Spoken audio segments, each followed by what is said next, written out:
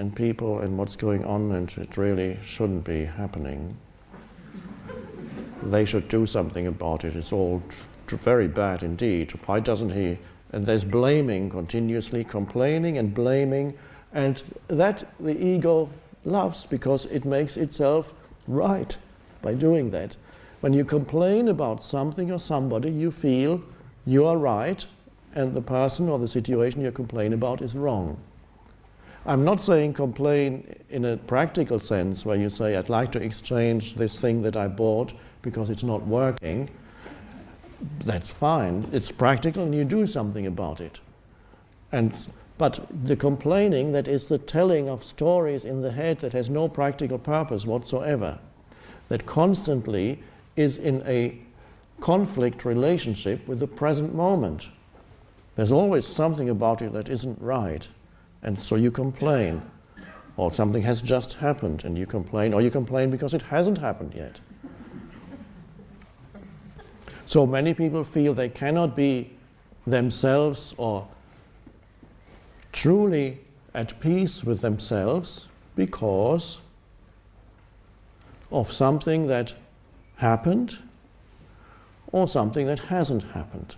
Those are the two reasons why you cannot be yourself. Either something has happened and that's preventing me from being myself truly, or something hasn't happened yet. And if that doesn't happen, I can't be myself.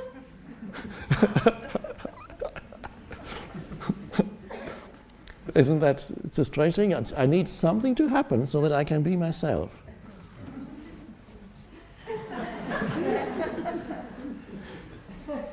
So we are not, all the many ways we are talking about this here so that you can recognize it when it happens in you, because it is a universal pattern in every human. It's inherited. It is the collective human mind in its egoic, unconscious state that operates in that way, that keeps you trapped on the surface of your being, on the little surface movement, the wave movement of life, the forms of life, all the things that happen, and you're trapped in that on the level of form, and of course on the level of form, which includes even thought forms, they are primordial forms. When you are identified with every thought that comes into your head,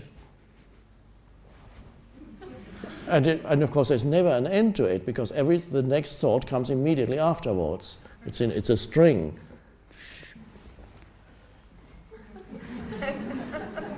And so it goes the whole day long. It go.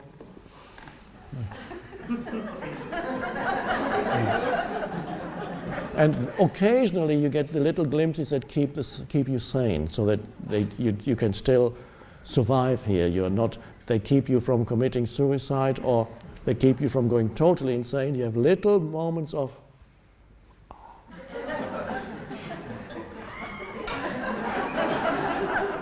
And they may be short, but they keep you alive. There is a little bit of joy seeping through from the depths of your being, through the layers, the heavy layers of mind. There's a little crack appears here and there. If it didn't, you would be totally lost in here, and you certainly wouldn't be sitting here. And so occasionally there's moments, it may be when there's sudden beauty, and it's overwhelming, or a moment of danger that wakes you up out of the continuous voice in the head. Oh. And suddenly there's more intense aliveness, beingness, presence. And then thought comes back.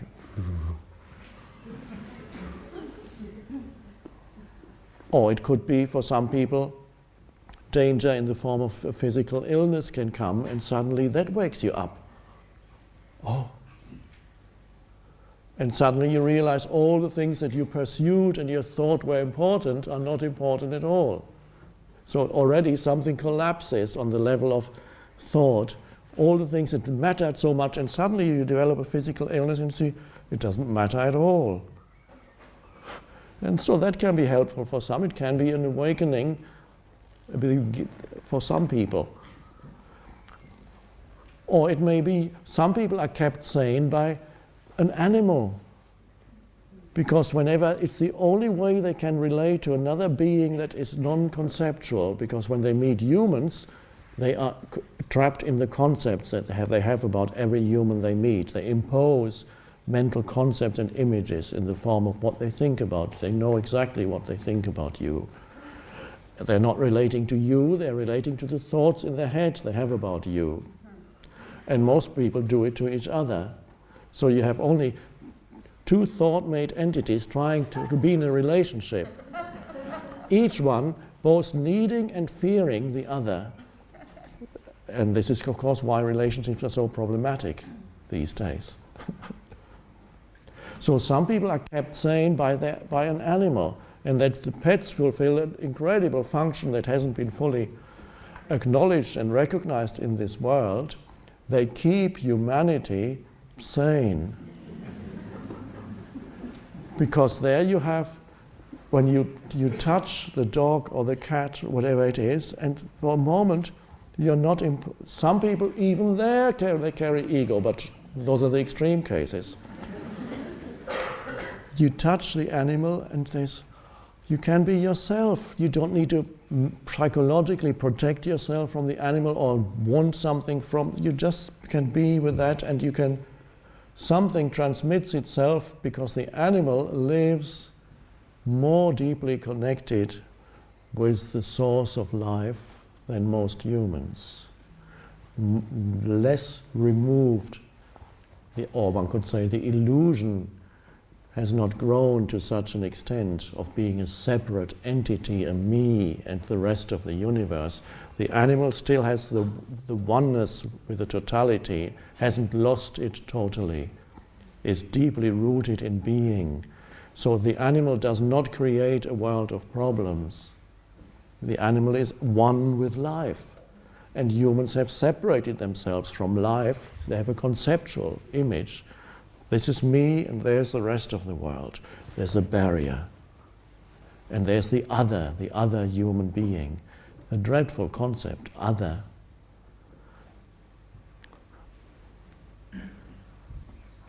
And then needing others and fearing others, walking through life there. And other is another concept. So the egoic self, the stronger you are trapped in the egoic sense of self, the more you will emphasize the otherness of others. And others will all have become reduced to walking caricatures, because the few labels that you have about them, then you reduce them. And they're basically all caricatures. And sometimes when you listen to people, they mention about somebody they met or somebody they know and see how stupid that person is, and they have a few judgments.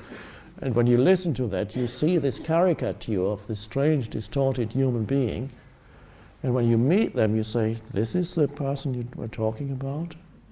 Yeah. And so the animal is not burdened by the continuous stream of thinking. It does not have a conceptual identity like the humans. So it hasn't separated itself. So it can be an access point for some humans into being, where they can be with a being without, and it is, for some humans, it's the moment when they actually, thought subsides, when they pat their dog, or you have a purring cat on your chest. Suddenly you think thought becomes more quiet, and you have a space of stillness. And you feel the purring of a cat on your chest.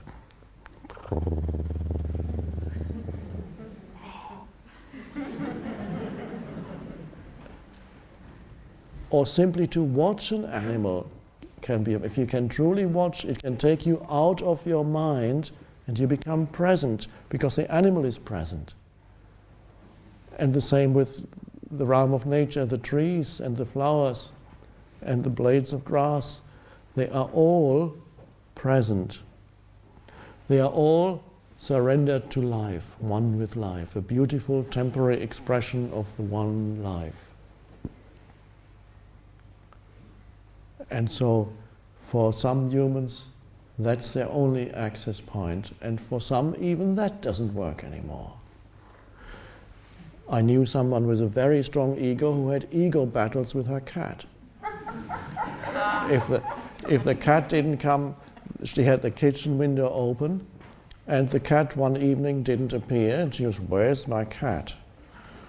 And then she would shut the window and said, if she doesn't want to see me, I don't want to see her. And so the poor cat had to stay outside all night.